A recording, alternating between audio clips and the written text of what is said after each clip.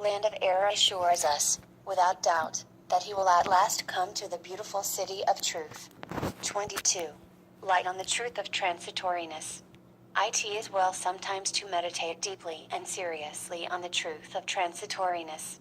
By meditation we will come to perceive how all compounded things must pass away, yea, how even while they remain they are already in the process of passing away. Such meditation will soften the heart, deepen the understanding, and render one more fully conscious of the sacred nature of life. What is there that does not pass away, among all the things of which a man says, "This will be mine tomorrow"? Even the mind is continually changing. Old characteristics die and pass away, and new ones are formed. In the midst of life all things are dying. Nothing endures, nothing can be retained. Things appear and then disappear, they become, and then they pass away. The ancient sages declared the visible universe to be Maya, illusion, meaning thereby that impermanency is the antithesis of reality. Change and decay are in the very nature of visible things, and they are unreal, illusory, in the sense that they pass away forever.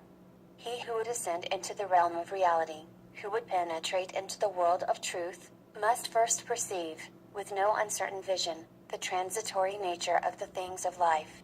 He must cease to delude himself into believing that he can retain his hold on his possessions, his body, his pleasures and objects of pleasure.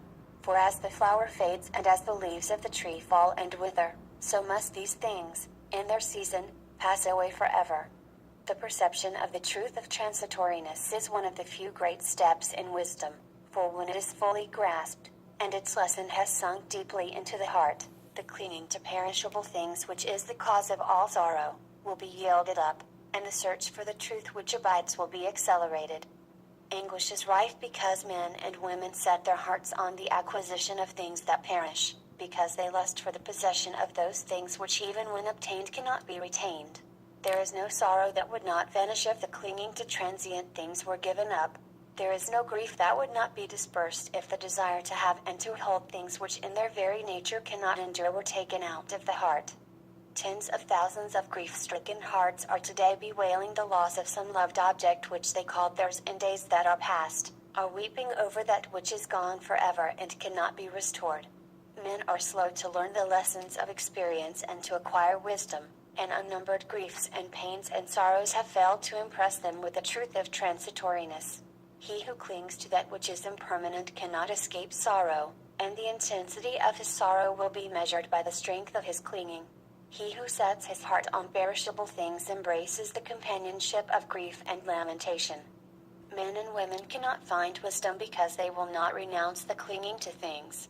They believe that clinging to perishable objects is the source of happiness, and not the cause of sorrow. They cannot escape unrest and enter into the life of peace because desire is difficult to quench, and the immediate and transitory pleasure which gratified desire affords is mistaken for abiding joy. It is because the true order of things is not understood that grief is universal. It is ignorance of the fleeting nature of things that lies at the root of sorrow. The sting of anguish will be taken out of life when the lust to hold and to preserve the things of decay is taken out of the heart. Sorrow is ended for him who sees things as they are, who, realizing the nature of transiency, detaches his heart and mind from the things that perish. There is a right use for perishable things, and when they are rightly used, and not doted upon for themselves alone, their loss will cause no sorrow. If a rich man thinks in his heart, "My riches and possessions are no part of me, nor can I call them mine, seeing that when I am summoned to depart from this world, I cannot take them with me, they are entrusted to me to be used rightly, and I will employ them to the best of my ability for the good of men and for the world," such a man, though surrounded by luxuries and responsibilities, will be lifted above sorrow, and will draw near to the truth. On the other hand, if the poor man does not covet riches and possessions, his condition will cause him no anxiety and unrest. He who by a right understanding of life rids his heart of all selfish grasping and clinging, who uses things wisely and in their proper place, and who, with chastened heart, and mind clarified of all thirsty desires, remains serene and self-contained in the midst of all changes, such a man will find truth. He will stand face to face with reality. For in the midst of all error there abides the truth, at the heart of the transiency there reposes the permanent, and illusion does but veil the eternal and unchanging reality. The nature of that reality it is not my purpose to deal with here. Let it suffice that I indicate that it is only found by abandoning, in the heart, all that is not of love and compassion, wisdom and purity. In these things there is no element of transitoriness, no sorrow, and no unrest.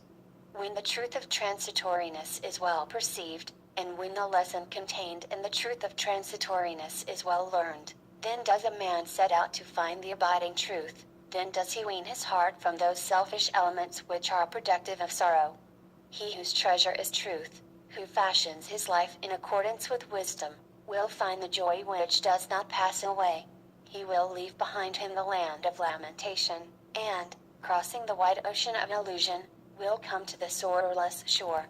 23.